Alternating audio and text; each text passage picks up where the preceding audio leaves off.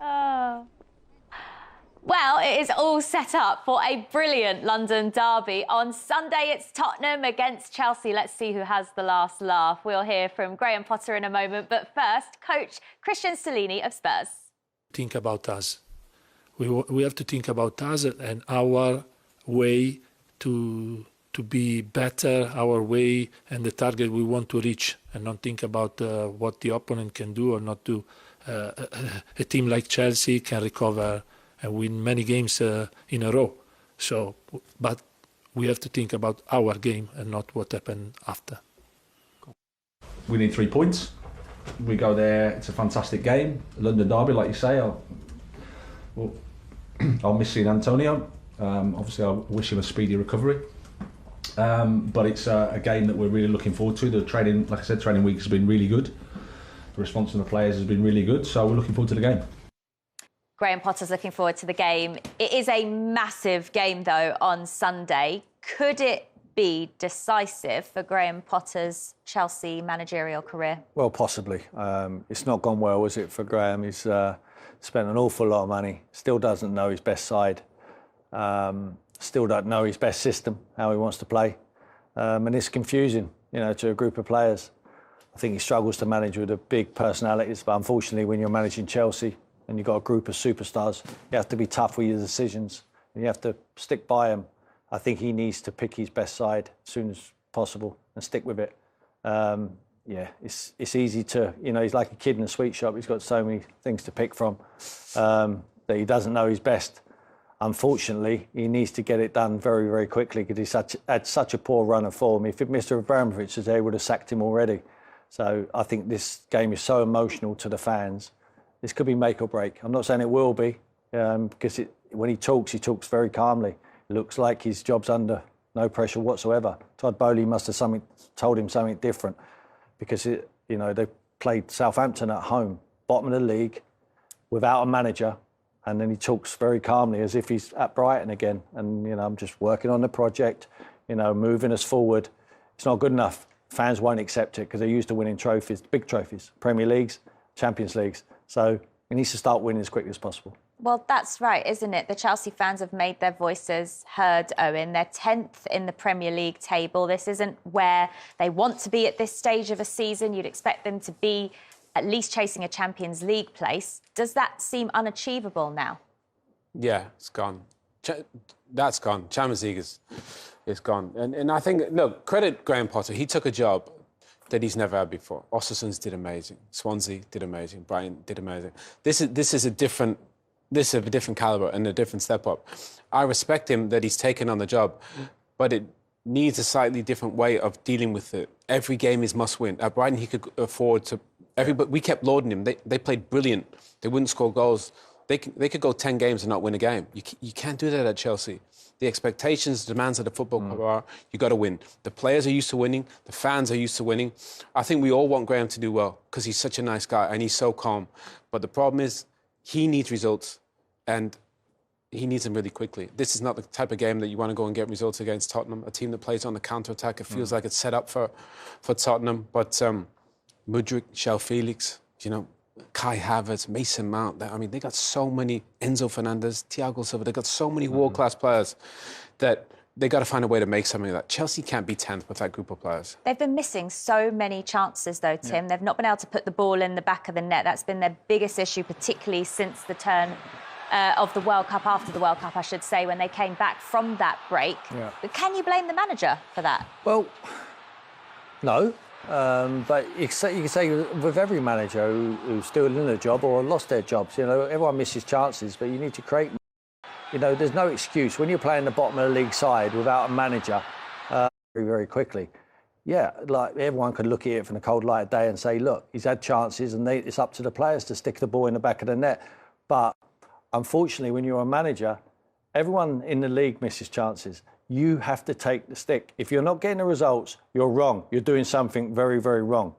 If you win, everything's right. Have you seen any improvement under Graham Potter? I would be lying if I said yes. I think Don't lie to me, Owen. I think everybody likes Graham and everybody wants him to do well because everybody realises it's a completely different job and a huge step up.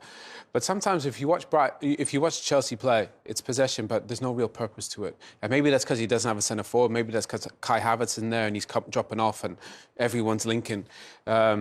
But if you see that, interesting, those stats, you know, shots-wise, they've had plenty. So I'm just still amazed that they spent 600 million and don't have a centre forward. But they'll give him time. But everyone wants time. Do you think they will, though? Yeah, with £600 million spent or more, and again, in the summer, they'll have another transfer window, he will turn it around. But so will Ed. You know, with that riches at your disposal, you will turn it around in the end. But it's just if the fans have got the patience, because in the end, they will start talking, they'll start shouting louder and louder, and Todd Bowley will have to listen. And there will be a lot more managers out there. At the moment, people say, well, who do you bring in? It's Chelsea. It's Chelsea. You can go and get any manager in the world. Whoever you want to get, you can just go and get them, bar, I would say, Pep Guardiola. But I think if Conte comes back, you know, every team he plays in, he makes better. You know, whether it's Leicester, whether it's Chelsea, whether it's France. So I think if they can find a way to get him back fit, I think he's just back into training now. That makes a huge difference. I think that covers up a lot of the issues. Then Fofana, even, you know, they got a lot of good players. I don't really see the benefit in changing. You know, get everybody fit, give him 10 games and then see. And I think if you give him 10 games with, you know, João Felix and Mudryk and Raheem Sterling came on against Southampton and looked brilliant. There's so much firepower in that, you know, Kovacic and Enzo Fernandez, you know, they should find a way to make it work. But Champions League is finished for this season. Big test against Spurs then. We, of course, continue to send our best wishes to Antonio Conte as he continues to recover from illness, Tim. Yeah. But Christian Stellini's doing a marvellous job in his absence, isn't he? Yeah. 3 games, 3 wins. No, he's Easy done peasy. well. It's almost like there's a little bit more freedom, especially with the wing-backs. I mean, they get themselves... See the 2 wing-backs combined here. Davis, you know... Emerson Royale just slides that one past. I mean, he's a different player, that boy. I mean, when Antonio's not there, they seem to play with a little... Exactly what I was thinking to. Yeah, but it seems like when Antonio's there at the side, they're a little bit more pragmatic, and he sits them in a more defensive unit. Sonny comes off the bench there with a fantastic attitude, and Harry Kane just sets him up. That's what we want to see him back to his best. They're a threat. Anyone who's got Son and Kane in their side is a real threat. So I think Graham Potter won't relish going to the Tottenham Hotspur Stadium because they beat City, and you never know what you're going to get from Tottenham. They're inconsistent, just as good as all of them. You know, inconsistency has cost them this season. But when you have a look at it, they're 4th in the league at the moment. They're in the FA Cup. They're in the Champions League, and I think they'll beat AC Milan in the reverse leg. So it's not all bad. You know, it's just that sometimes it's been a horrible, hard watch. You know, but if you started now and you just arrived and you had a look at where Tottenham are, you'd say, yeah, pretty good season up to now. But now they got to kick on. They got to finish it off. I had this conversation with jumped into a taxi in London the other day, a black cab, and the taxi driver, he was chatting football, Tottenham fan, and he was moaning. And all the Tottenham fans, you ever talk to them? They all moan about the position they're in. They moan about, you know, the position they're in. I'm thinking, yeah, but you're 4th. You're in the Champions League. You got the best stadium in the country. You got the best training ground in the country. You know, be happy. This is where they are, I think. You know, so if they can finish top 4 and potentially win a trophy, that is fantastic for what Tottenham is. For some reason, they have this negativity, and they're all sceptical about, you know, we're going to do a Tottenham. No, Spursy. Yeah, Spursy. No, you're a really good side. You're a much better side than you give yourself credit for. But this is a huge game for them because if they can finish top 4. You know, after all the issues they've had this season, then I think they're onto a winner. Yeah, Tim, you said right at the start, it's an emotional game. This one can get quite fiery, can't it? We know about a lot of the previous matches and the times that they've faced each other before. So what do you think the result's going to be this time round? Because there is quite a lot riding on this one. Because of home advantage, I'm going to back Tottenham. With Harry Kane, I think he likes scoring in London derbies. I think they might just have the edge in this game. It's going to be, you need to, if you're Graham Potter, you're going to need to send your team out with a lot of confidence, and you need to forget what's gone on in the past. They're on a terrible run, and give them the freedom to go and play. Without doubt, they've got the players who can win this football match. Of course they have. They've got the best players. If you look at the 2 teams, they will have the best players. Harry Kane is obviously the best player on the pitch, but take him out of that, pound for pound, your Chelsea players, but they're not the best team. If Tottenham turn up and they produce the performance like they did against Man City, they'll win the game. So I'm going to go with them. Did Tottenham edge it for you? Yeah, I think confidence is such a huge thing in sport, in football, and Chelsea don't have any. And, you know, and Tottenham in a good run of form. So I think if you're a Chelsea player, you're in the warm-up thinking, you know, we could be in trouble here. And that's always quite dangerous. But, you know, João Felix, I love watching him play. This guy is an absolute superstar. Mudrik's going to get firing at some point.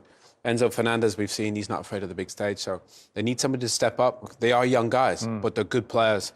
I think if they can step up on this, you know, they can kickstart the season. Yeah. But I think Spurs have a little bit too much fun on the counter. The problem we got, Jules, is we don't know how he's going to play. Is he going to go 4 at the back? Is he going to go 5 at the back? This is Potter. And we don't know who's going to play. And not only we do, we're second guessing, nor do the players. And not till an hour and a half before the game is he going to pick that side.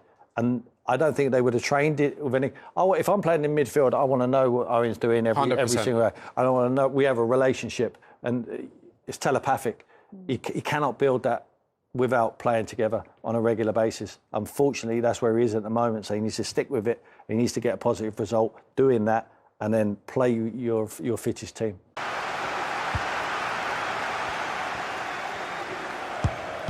And the block from Alderweireld. And on the volley, that's not exactly how he intended to catch it. Well, it's worth a chance. 1 in 10, it goes in the top corner. 9 out of 10 goes where it did do. What a shocking pass, really.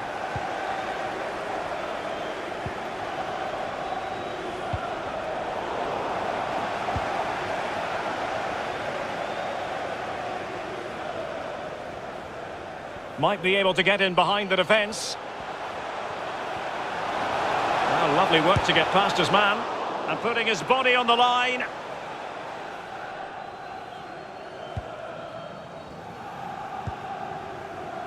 Azpilicueta. Thiago Silva.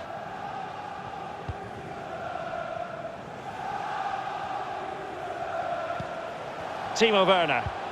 And return to Ziyech.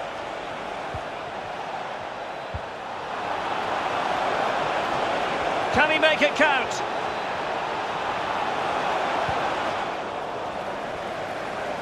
Teammate available. Werner.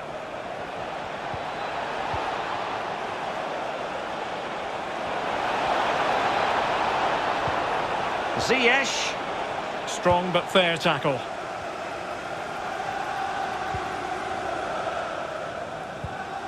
Well, real difficulty keeping the ball.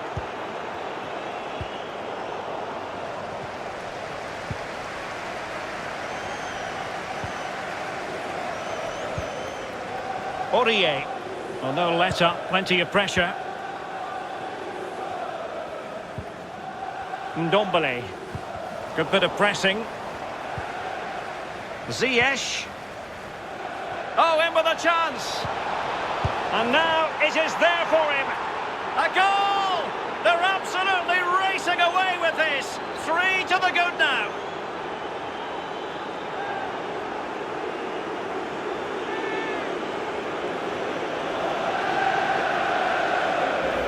Well, here it is again. He does so well to slip past his man, left him stranded, and then from there the keeper had little chance. 2-on-1, left completely exposed, and it made for a simple finish in the end. Well, they've been poor all day, Derek, and you sense there's going to be a rollicking in that dressing room.